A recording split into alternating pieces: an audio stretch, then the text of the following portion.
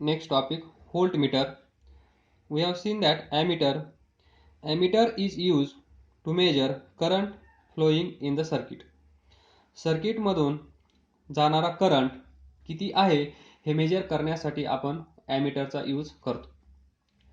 पण त्या सर्किटमध्ये कुठल्याही दोन पॉइंटच्या मध्ये किती पोटेन्शियल डिफरन्स आहे हे मेजर करण्यासाठी आपण व्होल्टमीटरचा वापर करत असतो. व्होल्ट मीटर म्हणजे व्होल्टेज मेजर करणारं मीटर म्हणजेच व्होल्ट मीटर.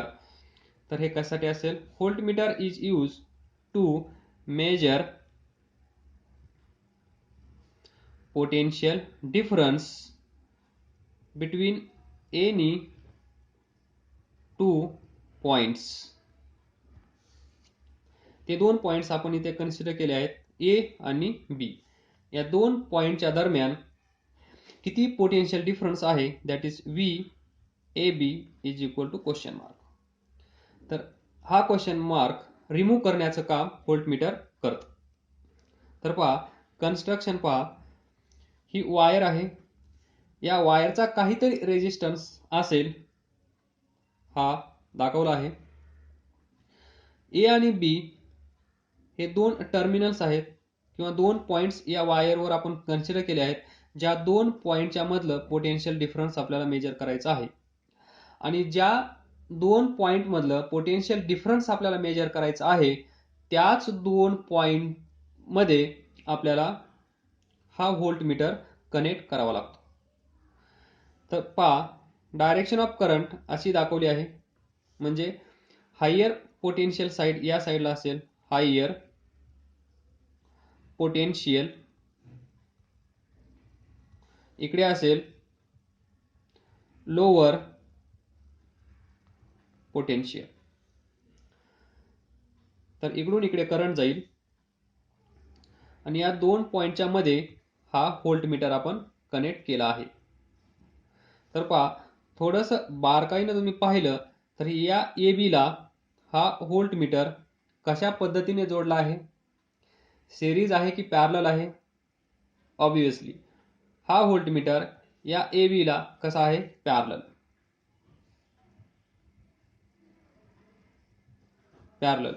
तर हा याला पॅरलल का जॉईन करायचा?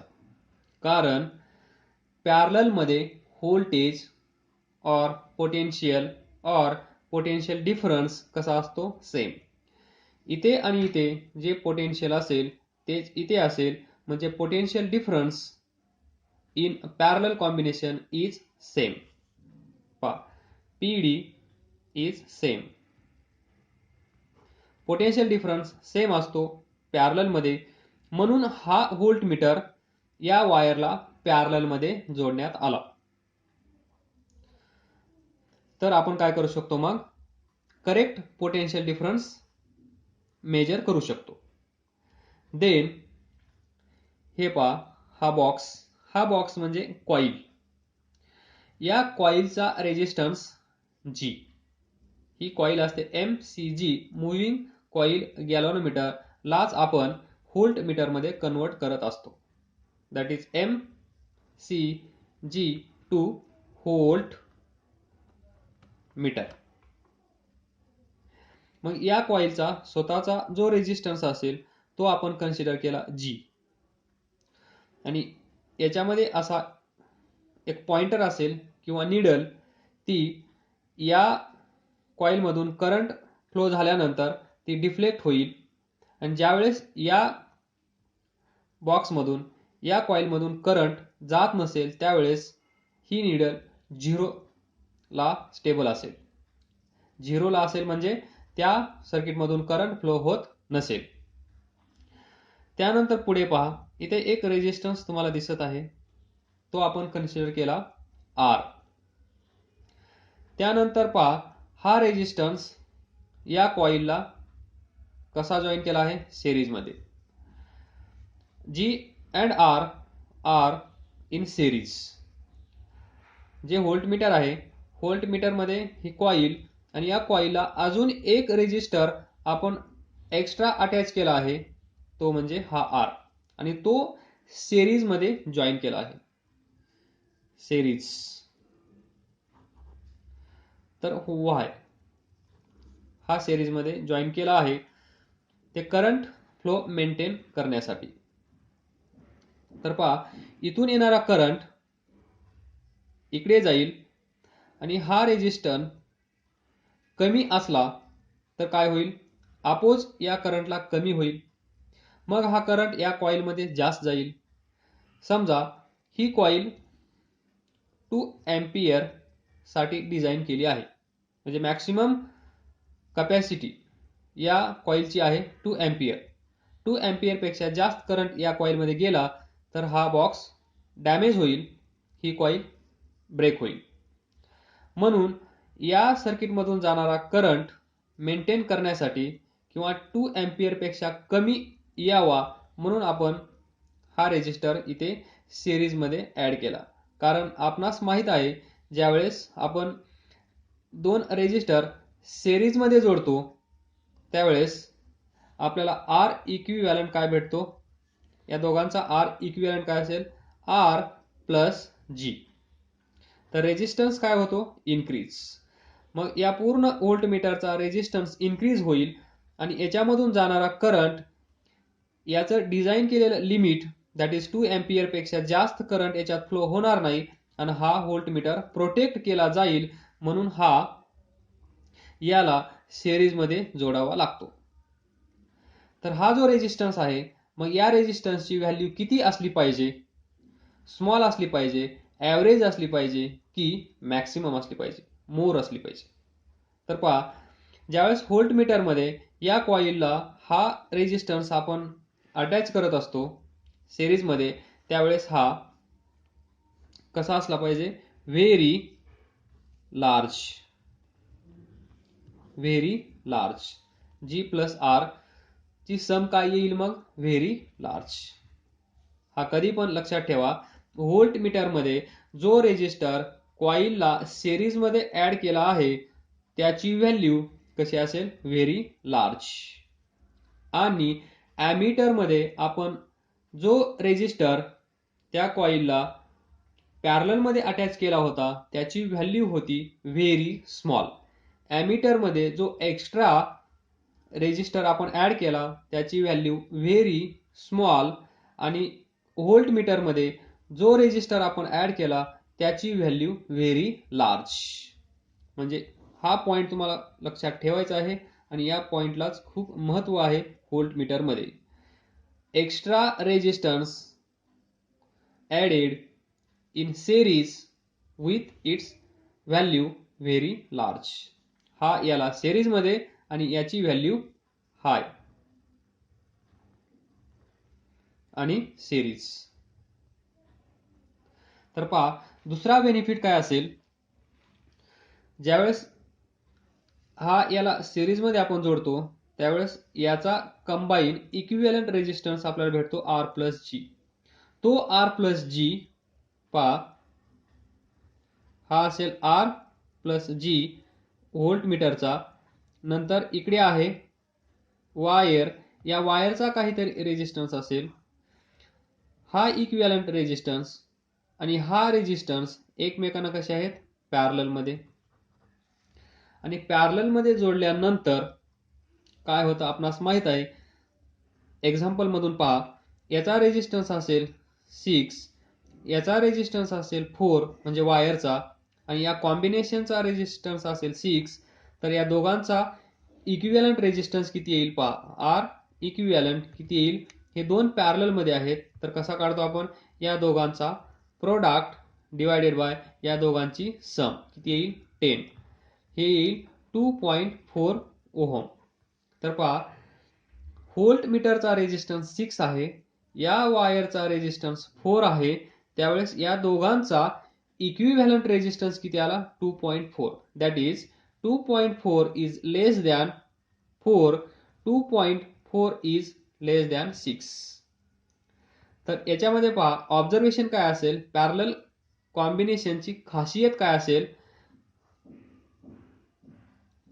हे कधी पण ट्रू असेल, ऑलवेज ट्रू. या दोघांपैकी जो छोटा असेल त्याच्यापेक्षा या दोघांचा इक्विव्हॅलंट कमी येतो. या दोघांपेक्षा छोटा कोण आहे 4 आणि या दोघांचा इक्विव्हॅलंट काय आला 2.4 आणि 2.4 is always always always less than this 4. मग पहा या टोटल सिस्टमचा इक्विव्हॅलंट रेजिस्टन्स किती आला 2.4. म्हणजे याचा रेजिस्टन्स कमी करण्यास मदत झाली. आणि आपल्याला चांगलं माहिती आहे जर त्या पूर्ण या सिस्टमचा रेजिस्टन्स कमी झाला तर इकडून येणाऱ्या करंटला त्रास होणार नाही, त्या करंटला अपोज तेवढा होणार नाही. जो इकडून करंट येत आहे तो करंट फ्रीली इथून चालला जाईल, काही करंट याच्यातून चालला जाईल डिपेंडिंग अपॉन दिस ॲडिशनल रेजिस्टन्स. आणि हा प्रोटेक्ट पण केला जाईल आणि इथून येणारा करंट अपोज पण होणार नाही. तर याचा रेजिस्टन्स समजा जर कमी असता, ही व्हॅल्यू जर वाढली असती म्हणजे इथून येणारा करंट आणि हा एवढा जो पार्ट आहे या पार्टचा रेजिस्टन्स जर इन्क्रीज झाला असता तर इथून येणाऱ्या करंटला अपोज झाला असता आणि ॲक्च्युअल करंट या वायरमधून गेला नसता. आणि ॲक्च्युअल करंट या वायरमधून जर गेला नसता तर ॲक्च्युअल रीडिंग आपल्याला भेटली नसती. म्हणून आपण हे सर्व सिस्टममध्ये रेजिस्टन्स अशा प्रकारे ॲड केले आहेत, अशा प्रकारे जोडले आहेत की या करंटवर कुठल्याही प्रकारे इफेक्ट होता कामा नये. आणि दुसरा बेनिफिट म्हणजे याच्यातून जाणारा करंट याचं जे लिमिट असेल त्या लिमिटपेक्षा जास्त गेला नाही पाहिजे. ह्या दोन गोष्टी लक्षात ठेवून हे कॉम्बिनेशन आपण बनवलं आहे. शॉर्टमध्ये हा याला सिरीजमध्ये याची व्हॅल्यू कधी पण जास्त ठेवा जेणेकरून या सर्वांचं कॉम्बिनेशनचा इक्विव्हॅलंट कमी येईल, या करंटला अपोज होणार नाही आणि हा जास्त असल्यामुळे याच्यामधून जाणारा करंट पण जास्त नसेल आणि हा प्रोटेक्ट केला जाईल.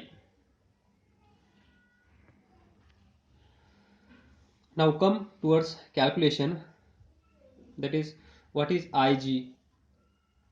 तर पहा IG करंट याच्यामधून जात आहे, करंट थ्रू कॉईल, आणि या व्होल्टमीटरचा रेजिस्टन्स आहे G+R. तर ज्यावेळेस याच्यातून करंट जाईल त्यावेळेस ही निडल डिफ्लेक्ट होईल, ज्यावेळेस याच्यातून करंट जाणार नाही त्यावेळेस ही निडल 0 या पोझिशनला असेल. तर पहा the potential difference applied to the voltmeter is V. म्हणजे कन्सिडर करा potential difference between this two point is V. V is potential difference. या दोघांचा इक्विव्हॅलंट रेजिस्टन्स किती आहे R इक्विव्हॅलंट G+R. आणि याच्यातून जाणारा करंट आहे IG. करंट थ्रू G म्हणजे galvanometer coil, current through coil. V म्हणजे पोटेन्शियल डिफरन्स या दोघांच्या मध्ये जो आपण मेजर करणार तो, आणि R इक्विव्हॅलंट म्हणजे G+R व्होल्टमीटरचा रेजिस्टन्स. तर current through we know that V is equal to IR, Ohm's law. तर याच्यातून V, I and R.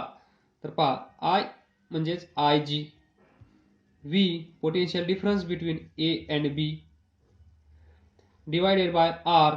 R ची जागा कोण घेईल इथे G+R, R+G.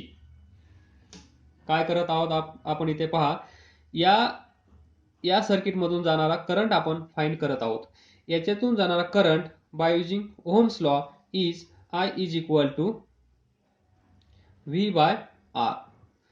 तर या दोन पॉइंटच्या दरम्यान पोटेन्शियल डिफरन्स आपण V कन्सिडर केला म्हणून V च्या जागेवर V आला, पण डिवायडेड बाय R. तर करंट इथून इकडे जात आहे त्यावेळेस तो या G आणि R मधून जात आहे, आणि हा G आणि हा R सिरीज मध्ये असल्यामुळे दोघं ऍड होतील म्हणून R च्या जागेवर कोण आला R+G. and this is the current flowing through coil. आणि ते पहा deflection is proportional to the current.